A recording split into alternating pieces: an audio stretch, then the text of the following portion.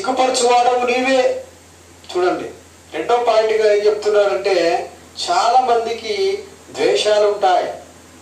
పక్కవారిని చూస్తేనే ఏంటి నువ్వు ఇలా అలా వస్తావు, ఇలా చేస్తావు అని ద్వేషము, ఆమె మీద, ఆ వ్యక్తి మీద ద్వేషం.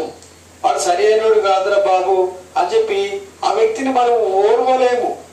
మనం ఎలా ఓర్పు అనేది కావాలి, ఎలా ఓర్చుకోవాలి అనేది కీర్తనకారుడు చక్కగా తెలియజేస్తున్నాడు.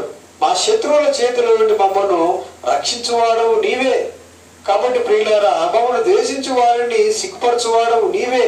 కాబట్టి ఏదైనా కానీ మనకు కొంత అవమానం జరిగినప్పుడు, ద్వేషం కలిగినప్పుడు దేవుడే మనల్ని అక్కడి నుండి కాపాడుతాడు, రక్షిస్తాడు అనే విషయాన్ని మనం తెలుసుకోవాలి. కనుక ప్రియ దేవుని బిడ్డలారా, దినమెల్లా మేము దేవుని యందు అతిశయపడుచున్నాము. నీ నామమును బట్టి మేము నిత్యము కృతజ్ఞతాస్తుతులు చెల్లించుచున్నాము. దేవునికి మనము ఎలా లోబడాలి, ఎలా ఆరాధించాలి, ఎలా కృతజ్ఞతలు చెల్లించాలి అనే విషయాలు కీర్తనకారుడు చక్కగా తెలియజేసినట్లుగా మనం చూస్తున్నాం ప్రియమైన దేవుని బిడ్డలారా.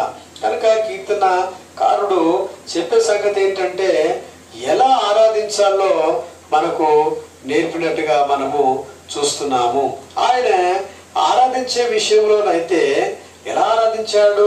తంబూర, సితార నాదముతో దేవుణ్ణి స్తుతించాడు. అందుకనే కీర్తన గ్రంథము 50వ అధ్యాయము 150వ అధ్యాయములో అక్కడ ఆయన అనేకమైన కీర్తనలు రాశాడు. ఆయన డ్యాన్స్ చేస్తూ, దావీదు వలె నాట్యము చేస్తూ ఆయన దేవుణ్ణి స్తుతించాడు, ఆరాధించాడు, గణపరిచాడు, కీర్తించాడు. కాబట్టి అందుకనే మనకు ఒక పాట కూడా మనం అందరం పాడుకుంటాం. ఏమని?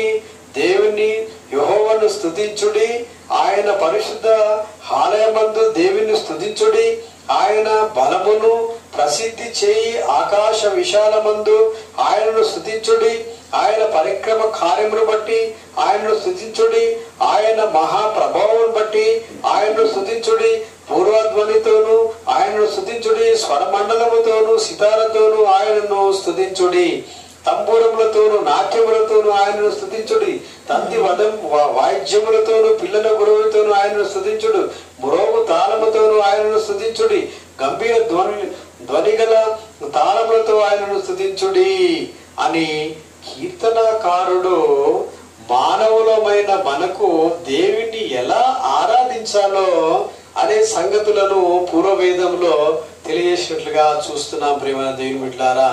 కనుక కీర్తనకారుడు ఆరాధించాడు అంటే ఆయనలో మహాభక్తి ఉన్నది, ఆయనలో వెరీ డివైన్ ఆయనలో ఉన్నది. కాబట్టి ఆయన ఒక మంచి భక్తుడని కూడా ఈ సందర్భంలో మనం చెప్పవలసిన అవసరత ఎంతైనా ఉన్నదనే విషయాన్ని తెలియజేస్తున్నాను. కనుక ప్రియమైన దేవుని బిడ్డలారా, ఈ రోజున ఒక కీర్తనకారుడు ఎలాగైతే దేవుణ్ణి సంధించాడో, ఎలాగైతే ఆరాధించాడో, ఎలాగైతే భక్తి కలిగి ఉన్నాడో, అలాంటి యొక్క నమ్మకాన్ని మనము దేవుని పట్ల కలిగి ఉంటే మనము కూడా ఎంతో పుణ్యాత్ములు అవుతామనే సంగతిని ఈ రోజున గుర్తుకు చేసుకోవాలి. రెండవదిగా కట్ చేయి. తర్వాత రెండవ